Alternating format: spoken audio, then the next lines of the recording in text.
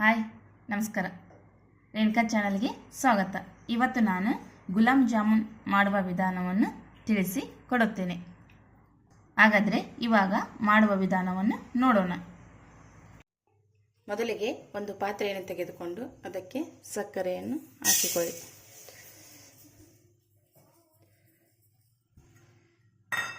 ನಂತರ ಸ್ವಲ್ಪ ನೀರನ್ನು ಹಾಕಿಕೊಳ್ಳಿ.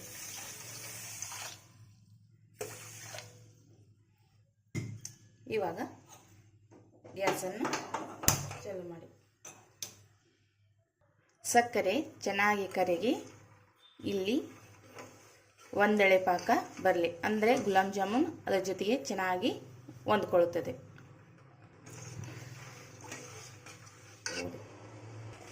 ಇವಾಗ ಸ್ವಲ್ಪ ಏಲಕ್ಕಿ ಪುಡಿಯನ್ನು ಹಾಕಿಕೊಳ್ಳಿ.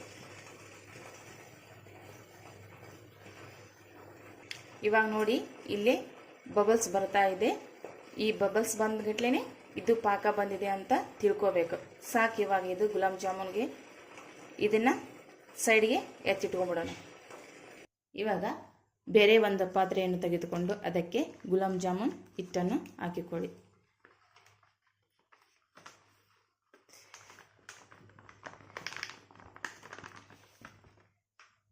ಇದಕ್ಕೆ ಸ್ವಲ್ಪ ಸ್ವಲ್ಪ ಹಾಲನ್ನು ಹಾಕಿಕೊಂತ ಕಲಸ್ಕೊಂತ ಹೋಗಿ.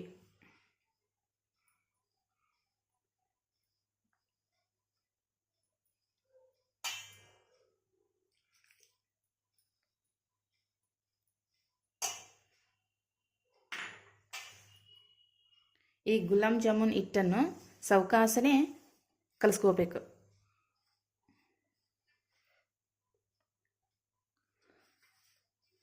ಹಾಲು ಸ್ವಲ್ಪನೇ ಹಾಕಿಕೊಳ್ತಾ ಹೋಗ್ಬೇಕು. ಇವಾಗ ಈ ಹಿಟ್ಟನ್ನು ಕಲಿಸಿಕೊಂಡು 1 ರಿಂದ 2 ನಿಮಿಷ ಒಂದು ಪ್ಲೇಟನ್ನು ಮುಚ್ಚಿ ಹಾಗೇ ಬಿಡಿ. ಇವಾಗ 2 ನಿಮಿಷ ಕಂಪ್ಲೀಟ್ ಆಗಿದೆ. ನಿಮಗೆ ಯಾವ ಸೈಜ್ ಬೇಕೋ ಆ ಸೈಜಲ್ಲಿ ಉಂಡೆಯನ್ನು ಮಾಡಿಕೊಳ್ಳಿ.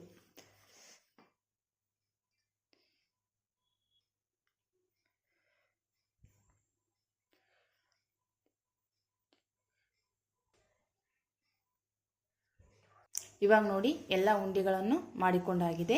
ಇವಾಗ ಎಣ್ಣೆಯಲ್ಲಿ ಇದನ್ನು ಕರಿಯೋಣ. ಇವಾಗ ಎಣ್ಣೆ ಕಾದಿದೆ.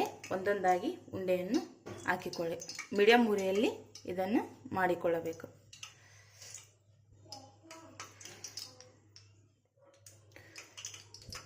ಮೀಡಿಯಂ ಉರಿಯಲ್ಲಿ ಚೆನ್ನಾಗಿ ಫ್ರೈ ಮಾಡಿಕೊಳ್ಳಬೇಕು. ಇಲ್ಲ ಅಂದರೆ ಒಳಗಡೆ ಹಾಗೆ ಹಸಿ ಹಸಿ ಇರುತ್ತದೆ.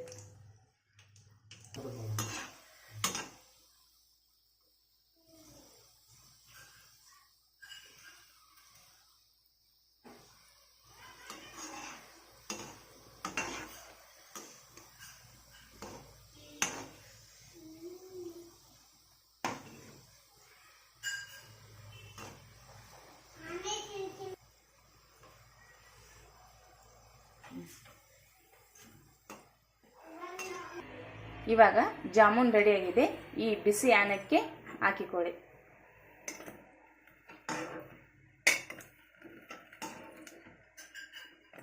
ಹಾಕಿಕೊಂಡು ಒಂದು ತಾಸು ಆನದಲ್ಲಿ ಇರಲು ಬಿಡಿ.